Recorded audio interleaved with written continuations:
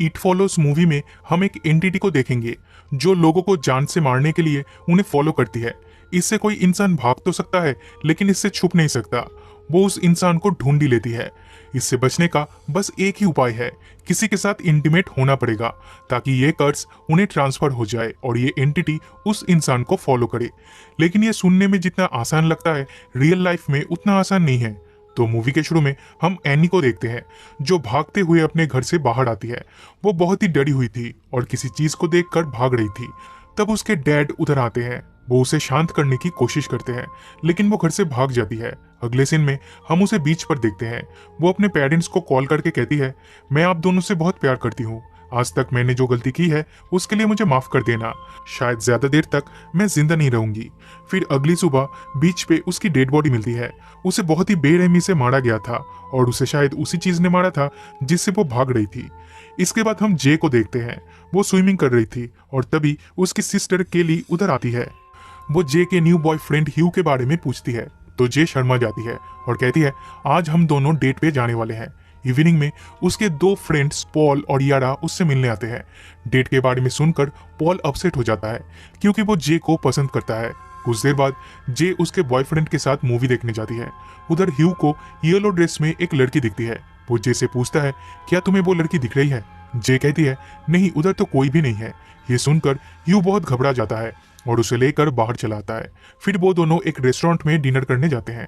तब हम देखते हैं एक आदमी ह्यू की तरफ ही आ रहा था। अगले दिन केली जे से उसके डेट के बारे में पूछती है। तब जे कहती है, डेट कुछ खास नहीं थी क्योंकि ह्यू कुछ अजीब सा बिहेव कर रहा था। उसी रात वो फिर से ह्यू से मिलने जाती है और ये दोनों ह्यू की कार में इंटीमेट होते हैं। लेकिन तभी ह्यू उसे बेहोश कर देता है। जब उसे होश आता है तब वो खुद को एक व्हील चेयर पे बंधा हुआ पाती है। उधर ह्यू भी था। वो कहता है, मेरे पीछे एक एंटिटी पड़ी है जो मुझे मारना चाहती है। एक बारटेंडर के साथ मैंने वन नाइट स्टैंड किया था, तब से मेरे साथ ऐसा हो रहा है। इससे बचने का बस एक ही उपाय है, मुझे किसी के साथ इंटीमेट होना होगा। इसलिए मुझे तुम्हारे साथ इंटीमेट होना पड़ा। अब ये कर्स तुम्हें ट्रांसफर हो गई है। अब तुम भी इसे देख पाओगी और ये तुम्हें फॉलो करेगी। ये बहुत ही स्लोली तुम्हारे पास आएगी लेकिन ये बहुत चालाक है, किसी भी रूप में आ सकती है। अगर तुम पकड़ी गई तो वो तुम्हें मार देगी, दिन फिर से मेरे पीछे पड़ जाएगी और फिर मुझे मारकर उस बारटेंडर के पीछे पड़ जाएगी। इसलिए जितनी जल्दी हो सके किसी के साथ इंटीमेट होके इस कर्स को ट्रांसफर कर देना। इसी दौरान वो एंटिटी उधर पहुंच जाती है और उनकी तरफ ही बढ़ने लगती है। अब जे भी उसे देख सकती है। तब ह्यू उसे लेकर वहां से भाग जाता है और उसके घर के बाहर उसे ड्रॉप कर देता है। जे के फ्रेंड्स आके उसे संभालते हैं। उधर पुलिस भी आती है लेकिन वो ह्यू को ढूंढ नहीं पाते क्योंकि ह्यू दूसरे टाउन से आया था। यहाँ उसे कोई नहीं पहचानता। इधर एक घर रेंट पे लेके वो रहता था। जे को ये कर्ज ट्रांसफर करके वो अपने घर लौट गया है। इसके कुछ दिनों बाद जे स्कूल जाती है जहाँ एक ओल्ड लेडी हॉस्पिटल गाउन पहने उसकी तरफ ही आने लगती है। जे समझ जाती है ये वो ही एंटिटी है। वो क्लासरूम से भाग जाती है लेकिन तब भी वो एंटिटी उसे फॉलो करती है। वो हमेशा धीरे धीरे चलते हुए आती है इसलिए भागने में थोड़ी आसानी होती है। वो केली और पॉल को जाके सब कुछ बताती है लेकिन वो दोनों उस पर बिलीव नहीं करते। पॉल कहता है आज रात वो जे के घर पे ही रुकेगा और पूरी रात नजर रखेगा। रात में जे को नींद नहीं आती तो वो नीचे पॉल के पास आती है। वो काउच पे बैठकर टीवी देख रहा था। ये दोनों बात कर रहे थे और तभी कांच टूटने की आवाज आती है। पॉल चेक करके कहता है किचन की कांच टूटी है लेकिन उधर कोई भी नहीं है। वो केली को बुलाने ऊपर जाता है। तब जे किचन में जाती है और उसे वही एंटिटी दिखती है। उसे देखकर वो बहुत डर जाती है और भागते हुए अपने रूम में चली जाती है। केली और पॉल भी उधर आते हैं। वो दोनों उस एंटिटी को देख नहीं पा रहे थे इसलिए वो उस पर बिलीव नहीं करते। तब यारा उधर आती है और उसके पीछे वो एंटिटी भी उधर आती है पर जे बालकनी से कूदकर एक प्लेग्राउंड में आ जाती है। कुछ देर बाद उसे ढूंढते हुए उसके फ्रेंड्स भी उधर आते हैं। उनके साथ उनका नेबर ग्रेग भी था। तब जे उसे भी सब कुछ बता देती है। ग्रेग कहता है हमें ह्यू को ढूंढना होगा। इसलिए ग्रेग की कार में ये लोग ह्यू के रेंट वाले घर में जाते हैं लेकिन घर पूरा खाली था। असल में ह्यू यहाँ पे अकेला रहता था। वो अपना कर्ज जे को ट्रांसफर करके चला गया है। उधर कुछ बुक्स पड़ी थी और उसमें ह्यू की एक फोटो मिलती है।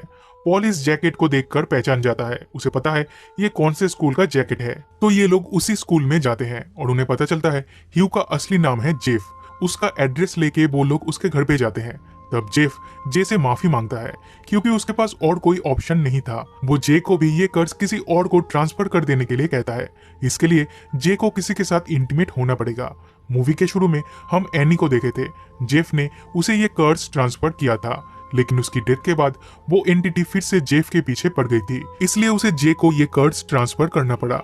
अगर जे की भी डेथ हो जाती है तो वो फिर से जेफ के पीछे पड़ जाएगी। ऊपर से ये एंटिटी किसी भी रूप में आ सकती है, इसलिए हमेशा जे को अलर्ट रहना होगा और जितनी जल्दी हो सके इस कर्ज को ट्रांसफर कर देना होगा।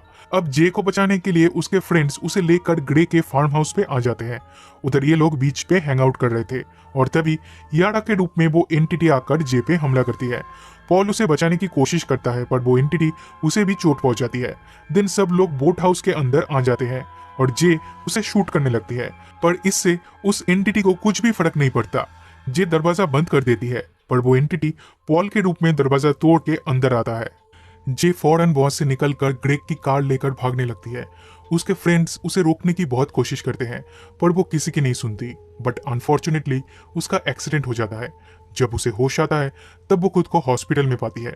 उधर भी वो डर रही थी कि कहीं वो एंटिटी ना आ जाए। ग्रेग कहता है वो जे के साथ इंटीमेट होना चाहता है ताकि ये कर्ज उसे ट्रांसफर हो जाए। तब जे भी मान जाती है और हॉस्पिटल में ही ये दोनों इंटीमेट होते हैं।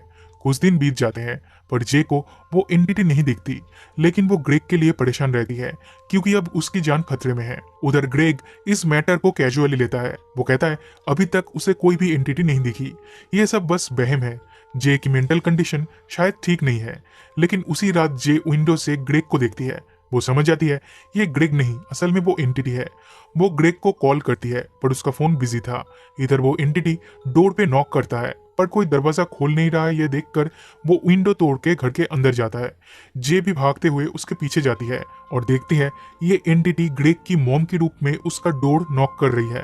जे चिल्ला के कहती है ग्रेग प्लीज दरवाजा मत खोलना, तुम्हारी जान खतरे में है। पर ग्रेग को कुछ भी समझ में नहीं आता। वो दरवाजा खोल देता है और वो एंटिटी उसे मार देती है। दिन वो एंटिटी फिर से जे के पीछे पड़ जाती है। अगले दिन पॉल कहता है वो उसके साथ इंटीमेट होना चाहता है ताकि ये एंटिटी उसके पीछे पड़ जाए, लेकिन जे उसे मना कर देती है क्योंकि वो एंटिटी पॉल को भी मार देगी।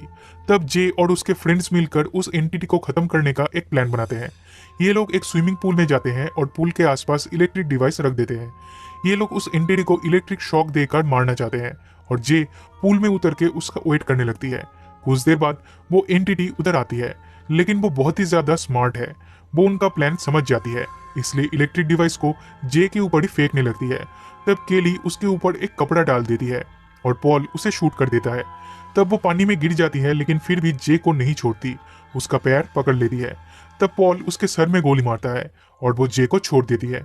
फिर चेक करने पर जे को उधर वो एंटिटी नहीं दिखती, बस खून दिखता है।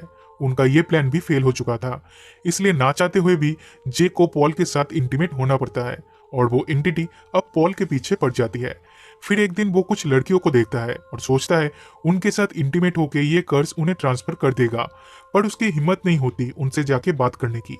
इस तरह से कुछ दिन बीत जाते हैं, लेकिन पॉल को वो एंटिटी कहीं भी नहीं दिखती। लेकिन हम व्यूअर्स देखते हैं वो एंटिटी उनके पीछे ही आ रही है। इसी के साथ ये मूवी पे खत्म हो जाती है।